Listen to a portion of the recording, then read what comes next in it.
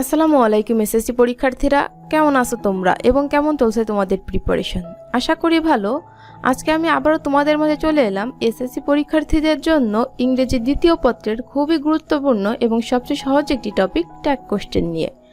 আজকে আমরা আলোচনা করব ট্যাগ কোশ্চেনের সবচেয়ে গুরুত্বপূর্ণ নিয়মগুলা, যেগুলো থেকে পরীক্ষায় বারংবার কোশ্চেন আসে।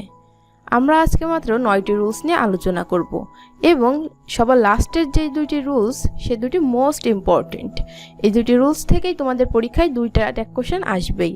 তাই ট্যাগ কোশ্চেনে 5 আউট অফ 5 পাওয়ার জন্য একটুও স্কিপ না করে ক্লাসটি সম্পূর্ণ করো। এবং তুমি যদি আমার চ্যানেলে নতুন হয়ে থাকো তাহলে অবশ্যই চ্যানেলটি সাবস্ক্রাইব করে দাও, অথবা পেজে দেখে থাকলে পেজটি ফলো করে দাও। চলো আমরা ক্লাসটি শুরু করি।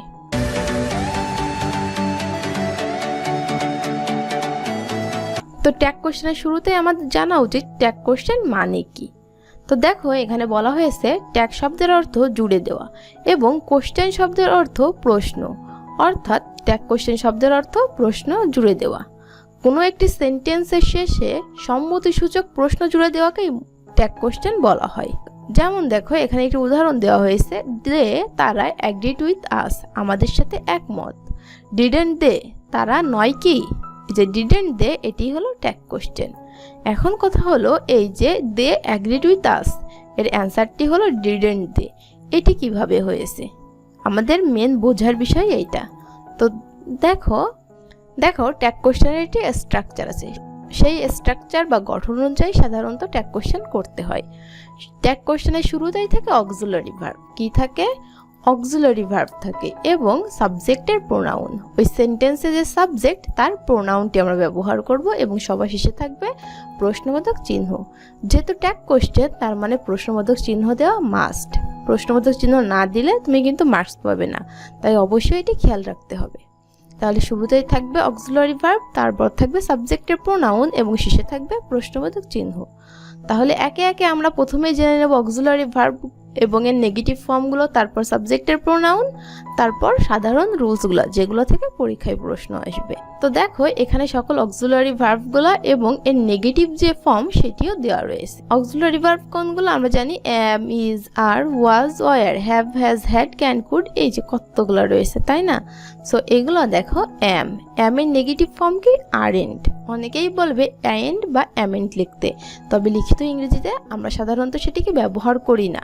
তাই যদি এম থাকে, এর নেগেটিভ ফর্ম হিসেবে আমরা আরেন্ট ব্যবহার করব।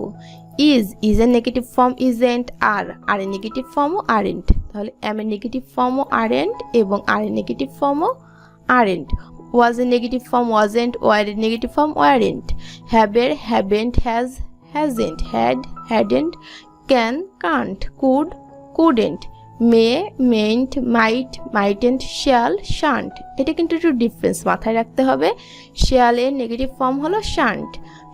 শুডের negative form shouldn't, will, won't, will, won't, would, wouldn't, must, মাস্টেন্ট, do, don't, did, didn't, does, doesn't. তাহলে দেখো, এখানে তিনটা জিনিস আমরা আলাদা পেয়েছি, বাকি সকলগুলোর ক্ষেত্রে এনটি অর্থাৎ নট যুক্ত হয়েছে। উইলের নেগেটিভ ফর্ম হিসেবে আমরা ওন্ট ব্যবহার করব, শ্যালের নেগেটিভ ফর্ম হিসেবে আমরা শান্ট ব্যবহার করব এবং এমের নেগেটিভ ফর্ম হিসেবে আমরা আরেন্ট ব্যবহার করব। এই তিনটা একটু তোমরা মাথায় রাখবে। তো আমরা অক্সিলারি ভার্বগুলো এবং এর নেগেটিভ ফর্মগুলো জানলাম। এখন চলো আমরা সাবজেক্টের প্রোনাউনগুলো দেখে নিই। সাবজেক্টের প্রোনাউনগুলো দেখো, যদি পুরুষ বুঝাই সেক্ষেত্রে আমরা হি ব্যবহার করব, নারী বুঝাইলে আমরা শি ব্যবহার করব, স্থান বুঝাইলে আমরা দেয়ার ব্যবহার করব, বস্তু বা প্রাণী বা শিশু বুঝাইলে আমরা ইট ব্যবহার করব। কোনো কিছু যদি প্লুরাল হয় অর্থাৎ একের অধিক হয়ে গেছে সেক্ষেত্রে আমরা দে ব্যবহার করব, সেটা নারী হোক, পুরুষ হোক বা প্রাণী হোক, শিশু হোক। কোনো কিছু যদি একের অধিক হয়ে যায় সেক্ষেত্রে আমরা দে ব্যবহার করব। আল্লাহ থাকলে আমরা হি ব্যবহার করব, তবে এইসটা অবশ্যই বড় হাতের দিতে হবে। বাংলাদেশ থাকলে সি ব্যবহার করব, আই থাকলে আই, ইউ থাকলে ইউ, উই অথবা আস থাকলে উই ব্যবহার করব। আশা করি তোমরা সাবজেক্টের প্রোনাউনগুলো জানতে পেরেছো। চলো এখন আমরা একটু উদাহরণগুলো দেখে নিই। দেখো, রাজ ওয়াজ আ ব্রেভ বয়, রাজ একটি সাহসী ছেলে। তাহলে আমাদের প্রথম কাজ কি ছিল? অক্সিলারি ভার্ব দেখা। তাহলে দেখো, এখানে অক্সিলারি ভার্বকে ওয়াজ, তাই আমরা ওয়াজেন্ট করলাম এবং সাবজেক্ট ছিল কে রাজ। রাজ একটি ছেলে যেহেতু এই জন্য ওর প্রোনাউন হিসেবে আমরা হি ব্যবহার করেছি। তারপরটা দেখো, মারিয়া ওন্ট বিলিভ দিস স্টোরি। মারিয়া এই গল্পটি বিশ্বাস করে না। তাহলে এখানে অক্সিলারি ভার্ব কে আছে?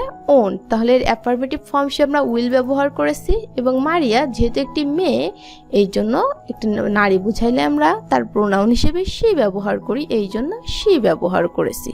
তারপরে দেখো, Bangladesh is a রিভারিন country. Bangladesh একটি নদীমাতৃক দেশ। অক্সিলারি ভার্ব কে আছে? ইজ। এই জন্য আমরা কি করলাম? ইজেন্ট। এবং বাংলাদেশের প্রোনাউন তো আমরা জেনেছিলাম, এই যে বাংলাদেশ যদি থাকে তাহলে তার প্রোনাউন হিসেবে আমরা কি ব্যবহার করব? শি। এই জন্য শি। আশা করি তোমরা উদাহরণগুলো একটু বুঝতে পেরেছো। চলো এখন আমরা বেসিক রুলসগুলো জেনে নিই। 1 নাম্বার রুলসে দেখো বলা হয়েছে ট্যাগ কোশ্চেন করার সময় সেন্টেন্স যদি অ্যাফার্মেটিভ হয় তাহলে ট্যাগ কোশ্চেন হবে নেগেটিভ, এবং সেন্টেন্সটি যদি নেগেটিভ হয় তাহলে ট্যাগ কোশ্চেন হবে অ্যাফার্মেটিভ। অর্থাৎ সেন্টেন্স হ্যাঁ বোধক হলে আমরা ট্যাগ কোশ্চেন করব না বোধক, এবং সেন্টেন্স না বোধক হলে আমরা ট্যাগ কোশ্চেন করব হ্যাঁ বোধক। এই জন্য দেখো, এই যে আগের যে সেন্টেন্সগুলো এটা হ্যাঁ বোধক ছিল, এই জন্য আমরা না বোধক করছিলাম। এটা না বোধক ছিল, আমরা হ্যাঁ বোধক করছিলাম। এটা হ্যাঁ বোধক ছিল, এই জন্য আমরা না বোধক করছিলাম। আশা করি যে কোশ্চেনটা ছিল এখানে সেটা তোমরা ক্লিয়ার হয়েছো। এখানের উদাহরণটি একটু দেখো তাহলে। We shall go home. আমাদের বাসায় যাওয়া উচিত। এটি হ্যাঁ বোধক না না বোধক? এটা আমরা দেখতে পাচ্ছি নেগেটিভ কোনো ওয়ার্ড নাই, তার মানে এটি হ্যাঁ বোধক। তাহলে আমরা কি করব? না বোধক। তাহলে কে ছিল? শ্যাল। শ্যালের নেগেটিভ ফর্ম আমরা জানছি শান্ট। একটু স্পেসিফিক ছিল, মাথায় রাখতে বলছিলাম। এবং উই থাকলে তার প্রোনাউন হিসেবে আমরা কি ব্যবহার করি?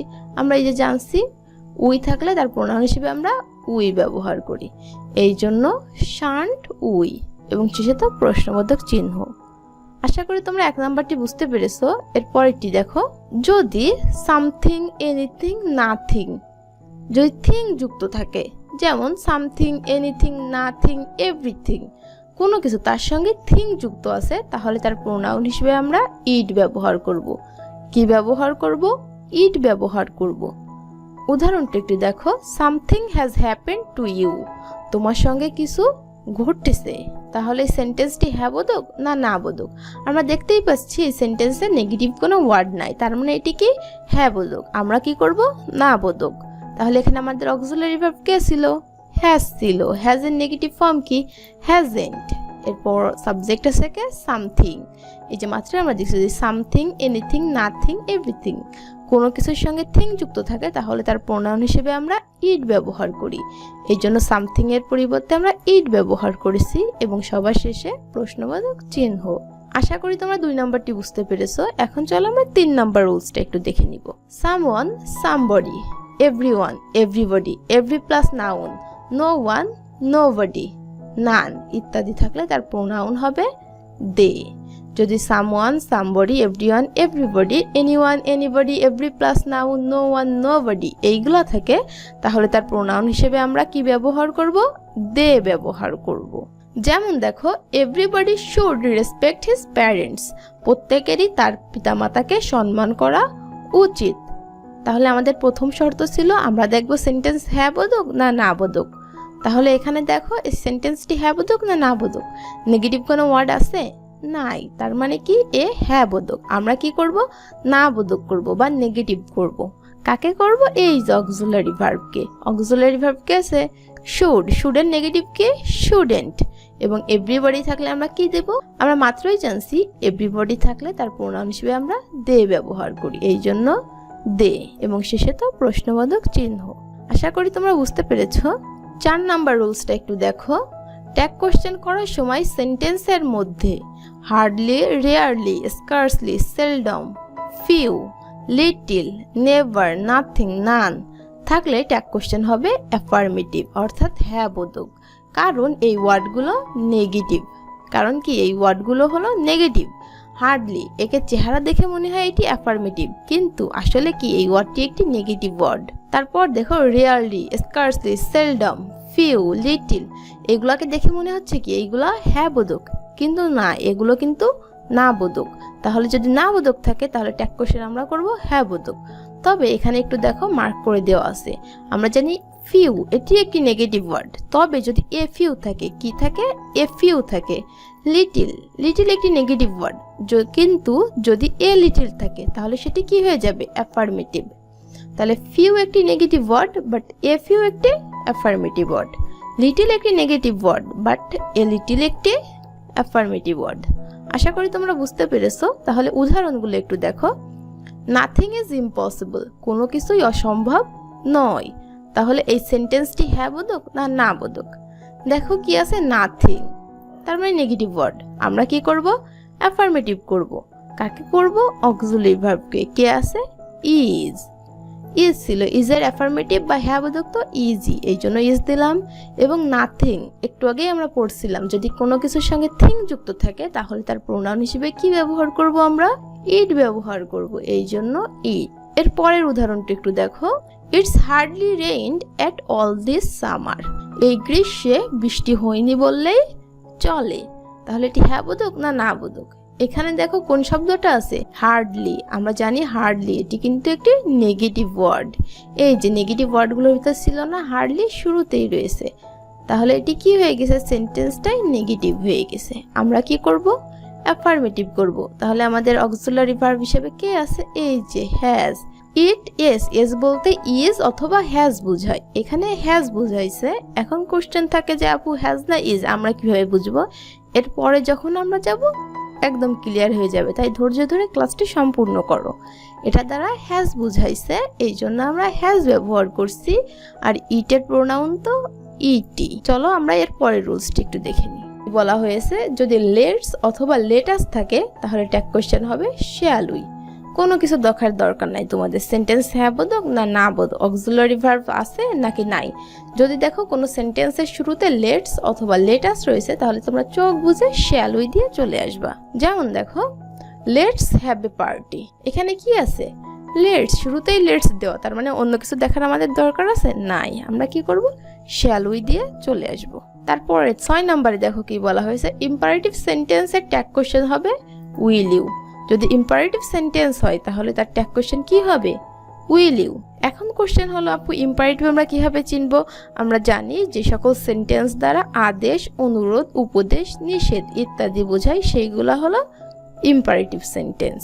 Imperative sentence mainly main verb দ্বারা শুরু হয় অথবা লেট দ্বারা শুরু হয় অথবা প্লিজ, কাইন্ডলি, নেভার থাকে, এগুলা দ্বারা শুরু হয়।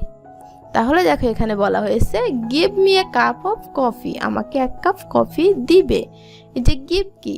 গিভ একটি মেন ভার্ব, যেহেতু মেন ভার্ব দ্বারা শুরু হয়েছে তার মানে এটি একটি ইম্পারেটিভ সেন্টেন্স।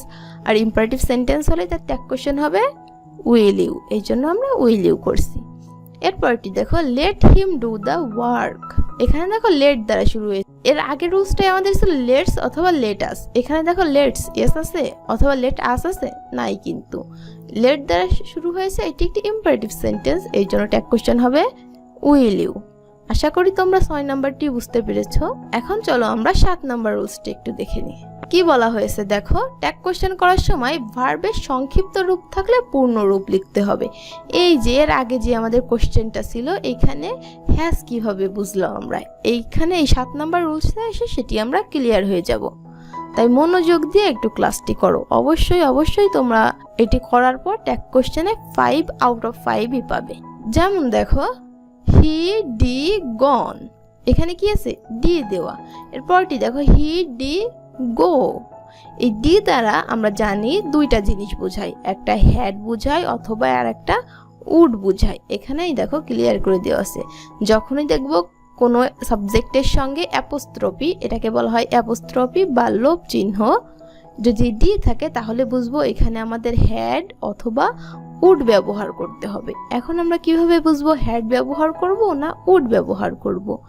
এই জন্য দেখো যদি দেখো এরপরে যে ভার্বটা সে V3-তে আছে তাহলে বুঝতে হবে এখানে হ্যাড ব্যবহৃত হবে। এবং যদি দেখো যে ভার্বটা সে V1 আছে সেক্ষেত্রে আমরা উড ব্যবহার করব। তাহলে এখানে একটু দেখো হি ডি গন, আমরা জানি গো, ওয়েন্ট, গন কি আছে? V3-তে আছে। তাহলে এরপরে যে মেন ভার্ব সে যদি V3 থাকে তাহলে এটি কি? উড না হ্যাড? এই যদি V3-তে থাকে তাহলে হ্যাড, এই জন্য হ্যাড। আর হ্যাঁ বোধক ছিল, আমরা না বোধক করছি হ্যাডেন্ট। সাবজেক্ট ছিল হি, হির প্রোনাউন তো হি ব্যবহৃত হয়। এরপরটি দেখো হি ডি গো, এই যে গো আমরা জানি গো, ওয়েন্ট, গন। গো V1 এ আছে, তাহলে কি আমরা এই যে দেখলাম V1 থাকলে কি হবে, সেটা উড। এই জন্য উড, এবং হ্যাঁ বোধক ছিল আমরা না বোধক করছি উডেন্ট, সাবজেক্ট ছিল হি, হির প্রোনাউন তো হি ব্যবহৃত হবে। এরপরে আরো দুইটা এমন কনফিউজিং সেন্টেন্স আছে, দেখো। He is always been a diligent student, এবং তারপরেটি he is trying to give up smoking. তাহলে এখন কথা হলো এস দ্বারা কি বোঝায়? আমরা জানি এস দ্বারা ইজ অথবা হ্যাজ বোঝায়। কি বোঝায়? ইজ অথবা হ্যাজ বোঝায়। তাহলে যখন আমরা দেখব এর এস এর পরে যে মেন ভার্ব সে যদি V1 থাকে, সেক্ষেত্রে আমরা বুঝে নেব এটা দ্বারা ইজ বুঝাইছে, এবং যে মেন ভার্ব সে যদি V3 থাকে তাহলে বুঝবো এটা দ্বারা হ্যাজ বুঝাইছে। তাহলে এখানে দেখো কি বলা হয়েছে, হি is always been a diligent student. এখানে ভার্বকে বিন, আমরা জানি বিন কি V3 তে আছে, তাহলে এই এস দ্বারা কি বুঝাইছে? হ্যাজ। তাহলে সেন্টেন্সটি হলো he has always been a diligent student. হ্যাঁ বোধক না না বোধক? হ্যাঁ বোধক। আমরা কি করব? না বোধক। এই জন্য হ্যাজকে আমরা করছি হ্যাজেন্ট, হির প্রোনাউন তো হি। এরপর এটা দেখো, he is trying to give up smoking. He is trying, এই যে ট্রাইং চেষ্টা করছে, V1 এ আছে, এই জন্য কি বুঝাইছে এটা দ্বারা? এস বুঝাইছে। তাহলে হ্যাঁ বোধক ছিল আমরা না বোধক করছি, ইজের নেগেটিভ হলো ইজেন্ট, হির প্রোনাউন তো হি। আশা করি তোমরা 7 নাম্বার রুলসটি ক্লিয়ার হয়েছো। চলো আমরা এর পরের রুলসটা একটু দেখে নিই। ট্যাগ কোশ্চেন করার সময় সেন্টেন্সের মধ্যে যদি অক্সিলারি ভার্ব না থাকে তাহলে কি করতে হবে? টেন্স অনুযায়ী ডু, ডিড অথবা ডাজ এর একটি আনতে হবে। আমরা এতক্ষণ যে এক্সাম্পলগুলো করছি বা রুলসগুলো দেখছি প্রতিটাই কিন্তু অক্সিলারি ভার্ব ছিল, তবে এমন অনেক সেন্টেন্স থাকবে যেখানে কি থাকবে না, ওই অক্সিলারি ভার্বগুলো am, is, are, was, were, have, has, had, can, could, may, might, shall, should, will, would, must, need, did, dare এইগুলো থাকবে না। তাহলে আমরা কি করব? টেন্স অনুযায়ী অর্থাৎ মেন ভার্বকে দেখে ডু অথবা ডিড অথবা ডাজ এর যে কোনো একটিকে আনতে হবে। তাহলে কখন কোনটা ব্যবহার করব দেখো, যখন দেখব V1 তখন আমরা ডু ব্যবহার করব, যখন দেখব V2 তখন আমরা ডিড ব্যবহার করব, এবং যখন দেখব ভার্বের সঙ্গে এস অথবা ইয়েস আছে তখন আমরা ডাজ ব্যবহার করব। উদাহরণটা একটু দেখো, আশা করি বুঝতে পারবা। Raju often visit his home town. Raju প্রায় তার নিজ শহরে ভ্রমণে যায়। তাহলে এখানে দেখো রাজু ভিজিট, এটা কি মেন ভার্ব, ভিজিটস ভার্বের সঙ্গে কি আছে? এস আছে। আমরা জানি ভার্বের সঙ্গে এস অথবা ইয়েস থাকলে কি ব্যবহার করব? ডাজ। এই জন্য ডাজ, যেহেতু সেন্টেন্সটি অ্যাফার্মেটিভ ছিল আমরা নেগেটিভ করছি, এই জন্য ডাজেন্ট। রাজু যেহেতু একটি ছেলে তাই রাজুর প্রোনাউন হিসেবে হি ব্যবহার করেছি। এরপরটি দেখো, হি প্লেড ওয়েল ইয়েস্টারডে। গতকাল সে ভালো খেলেছে। এখানে ভার্বকে প্লেইড, আমরা জানি প্লে, প্লেইড, প্লেইড V2 তে আছে, এই জন্য আমরা ডিড ব্যবহার করেছি, এবং যেহেতু সেন্টেন্স অ্যাফার্মেটিভ আমরা নেগেটিভ করছি, এই জন্য ডিডেন্ট, হির প্রোনাউন তো হি ব্যবহৃত হয়। এরপরটি দেখো, এভরিওয়ান লাভস ফ্লাওয়ার। সকলেই ফুল ভালোবাসে। হ্যাঁ বোধক না না বোধক? হ্যাঁ বোধক। আমরা কি করব? না বোধক। তাহলে এখানে ভার্ব কি আছে দেখো, লাভস, ভার্বের সঙ্গে এস অথবা ইয়েস আছে। তাহলে তোমরা তো জানো নরমালি ভার্বের সঙ্গে এস অথবা ইয়েস থাকলে কি ব্যবহার করতে হয়? এই যে আমরা শিখছি ডাজ ব্যবহার করতে হয়, কিন্তু এখানে আনসার কি হবে? ডোন্ট হবে। কারণ কি দেখো, এর সাবজেক্ট কি আছে? এভরিওয়ান। আমরা এই রুলসে করেছিলাম যদি everyone, everybody, someone, somebody, anyone, anybody, no one, nobody, every plus noun এইগুলো থাকে তাহলে তার প্রোনাউন হিসেবে আমরা দে ব্যবহার করি। আমরা জানি দে হলো প্লুরাল। এর পূর্বে যদি আমরা ডাজ ব্যবহার করি, ডাজ তো সিঙ্গুলার, তাহলে সেটি তো মানানসই হয় না। এই জন্য আমরা কি ব্যবহার করব? ডোন্ট ব্যবহার করব। আশা করি তোমরা 8 নাম্বার রুলসটিও বুঝতে পেরেছো। চলো আমাদের সবচেয়ে গুরুত্বপূর্ণ এবং শেষের রুলসটি একটু দেখে নিই। এবং এই রুলসটি থেকে অবশ্যই পরীক্ষায় তোমাদের কিন্তু কোশ্চেন থাকবেই, একটা মাস্ট থাকবেই। দেখো, ট্যাগ কোশ্চেন করার সময় সেন্টেন্সের মধ্যে যদি 2টি ক্লজ থাকে, কয়টি ক্লজ থাকে? 2টা ক্লজ থাকবে, তাহলে প্রিন্সিপাল ক্লজের ট্যাগ কোশ্চেন করতে হবে, সাবঅর্ডিনেট ক্লজের না। অর্থাৎ একটি সেন্টেন্সকে ক্লজ মার্কার দ্বারা যুক্ত করা হয়েছে, তখন কি হয়ে যায়? দুইটা সাবজেক্ট হয়ে যায়, দুইটা ভার্ব হয়ে যায়, তখন আমাদের ভিতরে একটি কনফিউশন ক্রিয়েট হয় যে আমরা কোনটার, এই সাবজেক্টটা ও ভার্বটা নাকি এই সাবজেক্টটা ও ভার্বটা, আমরা কোনটার ট্যাগ কোশ্চেন করব। সেই জন্যই দেখো ক্লজ মার্কার কি কি, if, as though, WS word যতগুলো আছে, দ্যাট, ইটিসি, এইগুলাকে ক্লজ মার্কার। এই ক্লজ মার্কার সেন্টেন্সের যে অংশের সাথে থাকবে সেই অংশই হলো সাবঅর্ডিনেট ক্লজ। যে অংশের সঙ্গে এই ক্লজ মার্কারগুলো থাকবে সেটি কি, সাবঅর্ডিনেট ক্লজ। তাহলে বাকি যে ক্লজটা থাকবে সেটা কি, সেটা হলো প্রিন্সিপাল ক্লজ। এবং আমরা কার ট্যাগ কোশ্চেন করি, প্রিন্সিপাল ক্লজের। তাহলে যার সঙ্গে এই ক্লজ মার্কারগুলো থাকবে আমরা তার ট্যাগ কোশ্চেন করব না, ওই সেন্টেন্সের অন্য যেই পার্টটা থাকবে আমরা তার ট্যাগ কোশ্চেন করব। উদাহরণগুলো একটু দেখো, আশা করি একদম ক্লিয়ার হয়ে যাবে। দেখো কি বলা হয়েছে, হোয়েন দে গো, যখন তারা যাবে, আই উইল মিট দেম, আমি তাদের সঙ্গে দেখা করব। তাহলে এখানে দেখো এই একটা সাবজেক্ট আর আই একটা সাবজেক্ট, গো একটি ভার্ব, উইল মিট একটি ভার্ব। তাহলে এখানে দেখো দুইটা সাবজেক্ট হয়ে গেছে, দুইটা ভার্ব হয়ে গেছে, তার মানে দুইটা ক্লজ, একটি হলো সাবঅর্ডিনেট ক্লজ, একটি হলো প্রিন্সিপাল ক্লজ। এবার আমরা কিভাবে বুঝবো, এই ক্লজ মার্কারগুলো দেখে। এই দেখো শুরুতেই কি আছে, ডাব্লিউএস ওয়ার্ড, আর আমরা জানি ডাব্লিউএস ওয়ার্ড এটি একটি ক্লজ মার্কার। যেহেতু ডাব্লিউএস ওয়ার্ডটি এই পার্টের সঙ্গে আছে, তাহলে আমরা এই পার্টটির ট্যাগ কোশ্চেন করব না, কারণ আমরা জানি যার সঙ্গে ক্লজ মার্কার থাকবে সে হয়ে যাবে সাবঅর্ডিনেট ক্লজ। কিন্তু আমরা কি সাবঅর্ডিনেট ক্লজের ট্যাগ কোশ্চেন করি না, তো আমরা তো প্রিন্সিপাল ক্লজের ট্যাগ কোশ্চেন করি। তাহলে কার ট্যাগ কোশ্চেন করব, আই উইল মিট দেমের। তাহলে যেহেতু সেন্টেন্সটি হ্যাঁ বোধক, আমরা না বোধক করতেছি, উইলের নেগেটিভ কি, ওন্ট, এবং আই প্রোনাউন হিসেবে তো আমরা আই ব্যবহার করি। এরপরেরটি দেখো, হি টক্স, সে কথা বলে, অ্যাজ ইফ, যেন, হি ওয়ার এ কিং, সে একটি রাজা। তাহলে দেখো এখানেও হি একটি সাবজেক্ট, এইখানে হি একটি সাবজেক্ট, টক্স একটি ভার্ব, ওয়ার একটি ভার্ব। তাহলে দুইটা সাবজেক্ট এবং দুইটা ভার্ব। তাহলে ক্লজ মার্কার কোথায় আছে এবং কোন সেন্টেন্সের সঙ্গে আছে, দেখো আমরা জানি অ্যাজ ইফ কি একটি ক্লজ মার্কার, যেহেতু এই পার্টটার সঙ্গে আছে, এই পার্টটার সঙ্গে, শুরুর পার্টটির সঙ্গে নাই, তাহলে এটি হলো আমাদের সাবঅর্ডিনেট ক্লজ এবং এটি হলো প্রিন্সিপাল ক্লজ। তাহলে আমরা প্রিন্সিপাল ক্লজের ট্যাগ কোশ্চেন করি। সেন্টেন্সটি কি আছে, হ্যাঁ বোধক, আমরা কি করতেছি, না বোধক। তাহলে এখানে ভার্ব কি আছে, টক্স, দেখো টক্স, ভার্বের সঙ্গে এস অথবা ইয়েস আছে, আমরা জানি ভার্বের সঙ্গে এস অথবা ইয়েস থাকলে ডাজ ব্যবহার করতে হয়, এই জন্য ডাজ নেগেটিভ করতেছি, এই জন্য ডাজেন্ট, এবং হি ছিল, হির প্রোনাউন হিসেবে তো আমরা হি ব্যবহার করি। আশা করি তোমরা 9 নাম্বার রুলসটিও বুঝতে পেরেছো। এটি ছিল আমাদের ট্যাগ কোশ্চেনের ক্লাসটি। আশা করি তোমরা সম্পূর্ণই বুঝতে পেরেছো, এবং এই 9টি রুলস যদি তুমি কমপ্লিট করো, অবশ্যই এসএসসি পরীক্ষায় তুমি ট্যাগ কোশ্চেনে 5 আউট অফ 5ই পাবে। তাই এই রুলসগুলো একটু নিজের নোট খাতায় লিখে সুন্দর করে মুখস্থ করে ফেলো এবং এই অনুযায়ী বোর্ড কোশ্চেন প্র্যাকটিস করো। যদিও এরপরে আমি অনেক বোর্ড কোশ্চেন তোমাদের জন্য নিয়ে আসতেছি প্র্যাকটিস। তো যদি ভালো লেগে থাকে এবং উপকৃত হয়েছে বলে মনে হয়, চ্যানেলটি সাবস্ক্রাইব করে দাও এবং লাইক ও কমেন্ট করতে ভুলবে না। দেখা হবে পরবর্তী কোনো ক্লাসে নতুন কোনো টপিক নিয়ে। ততক্ষণ সবাই সাথেই থাকো। আল্লাহ হাফেজ।